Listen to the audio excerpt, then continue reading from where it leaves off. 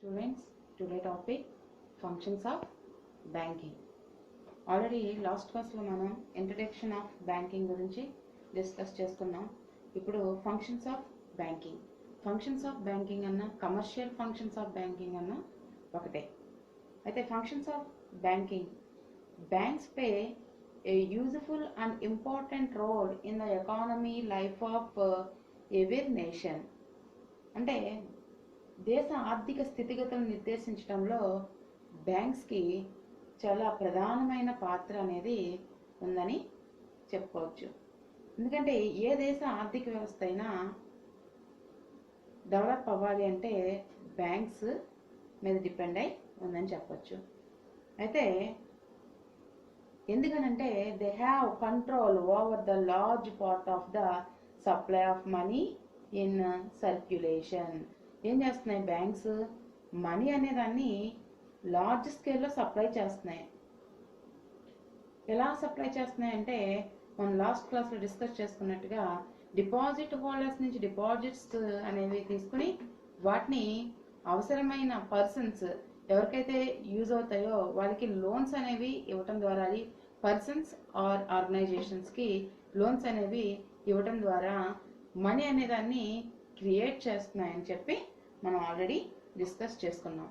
అయితే మనం ఎక్కువగా ఈ కమర్షియల్ బ్యాంక్స్ గురించి చెప్పుకోవడానికి వచ్చేటప్పటికి ఎక్కువగా లోన్స్ అనేవి కమర్షియల్ బ్యాంక్స్ మనకి అది బిజినెస్ కానివ్వండి లేదా అగ్రికల్చర్ కానివ్వండి వీటన్నిటికి కూడా కమర్షియల్ బ్యాంక్స్ లోన్స్ అనేవి ఇవ్వడం జరుగుతుంది. అంటే ఇవి లార్జ్ స్కేల్లో లోన్స్ అనేవి ఇవ్వగానే షార్ట్ టర్మ్ లోన్స్ అనేవి ఇవ్వడం జరుగుతుంది. మనకి కమర్షియల్ బ్యాంక్స్ అంటే వేటిని కమర్షియల్ బ్యాంక్స్ అంటాము అంటే మనం ఎస్బీఐ కానివ్వండి, Andhra bank, bank of Baroda, bank of India, Canara bank, వీటన్నిటిని కూడా మనం కమర్షియల్ బ్యాంక్స్ అని చెప్పుకోవచ్చు. ఆల్రెడీ మన కంట్రీలో 27 కమర్షియల్ బ్యాంక్స్ ఉన్నాయి. వాటిని కొన్ని బ్యాంక్స్ని ఈ మధ్య కాలంలో మెర్జ్ చేయటం వల్ల, అంటే ఒకదానితో ఒకటి కలపటం వల్ల ఇప్పుడు ఆ 27 బ్యాంక్స్ వల్ల 12 బ్యాంక్స్గా మనం చెప్పుకోవచ్చు. ఇప్పుడు కొన్ని రకాల బ్యాంక్స్ మెర్జ్ చేయడం వల్ల టోటల్ మనకి ఉన్న కమర్షియల్ బ్యాంక్స్ లిస్ట్ వచ్చేటప్పటికి 12 బ్యాంక్స్ అని మనం చెప్పుకోవచ్చు. అయితే ఫంక్షన్స్ ఆఫ్ కమర్షియల్ బ్యాంక్స్కి వచ్చేటప్పటికి వీటిని మనం 2 types ఆఫ్ ఫంక్షన్స్ అనేవి ఇవి మనకి ఫంక్షన్స్ అనేవి ఉన్నాయి. అందులో first one primary function, second one secondary function. First one primary function. Primary function వచ్చేటప్పటికి మనకి ప్రైమరీ ఫంక్షన్స్ వచ్చేటప్పటికి first one accepting deposits, next one generating loans, third one provision of payment system, third one credit creation. అయితే first one accepting deposits.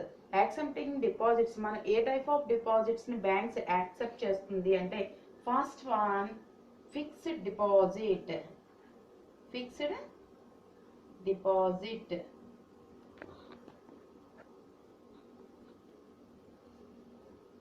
First one fixed deposit.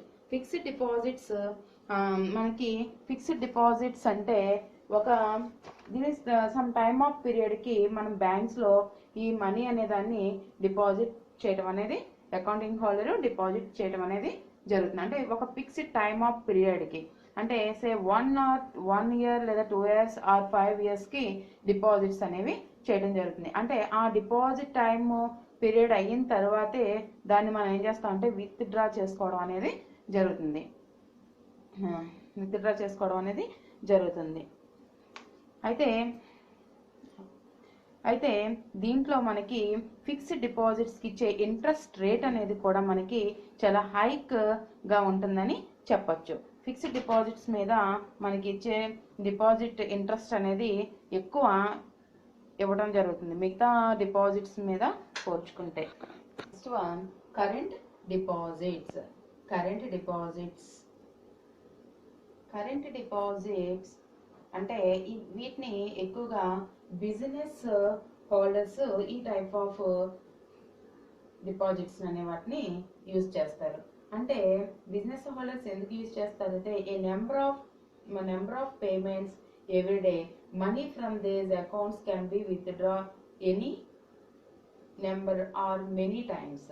అంటే current deposit holders many times అనే ఎక్కువ సార్లు deposit అనేది per డేలో ఎన్నిసార్లు deposit చేయటము, అలాగే పర్ డేలో ఎన్ని టైమ్స్ అయినా విత్డ్రా అనేది చేసుకోవడం వీలుంటుంది. కాబట్టి దీన్ని ఎక్కువగా బిజినెస్ మ్యాన్స్ ఈ టైప్ ఆఫ్ డిపాజిట్స్ని యూజ్ చేయడం జరుగుతుంది.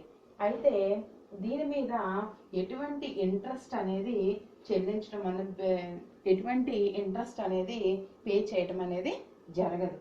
ఇంట్రెస్ట్ అనేది ఏమి ఇవ్వదు బ్యాంక్.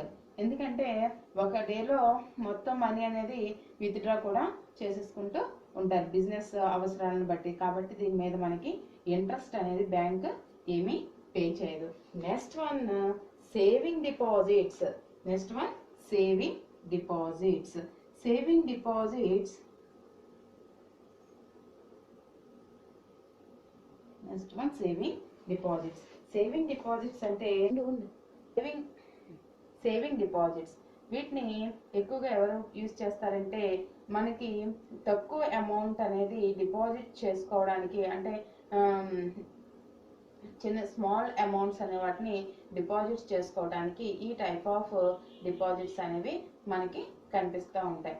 వీటికి కూడా ఇంట్రెస్ట్ అనేది ఇవ్వటం జరుగుతుంది. కానీ మనకి ఫిక్స్డ్ డిపాజిట్స్తో పోలిస్తే సేవింగ్ డిపాజిట్ మీద ఇచ్చే ఇంట్రెస్ట్ రేట్ అనేది చాలా తక్కువగా ఉంటుందని చెప్పొచ్చు.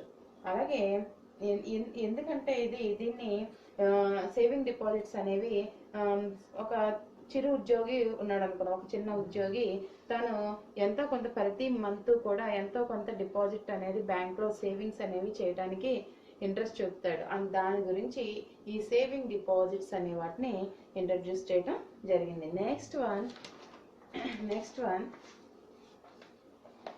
Recurring deposits. Recurring deposits.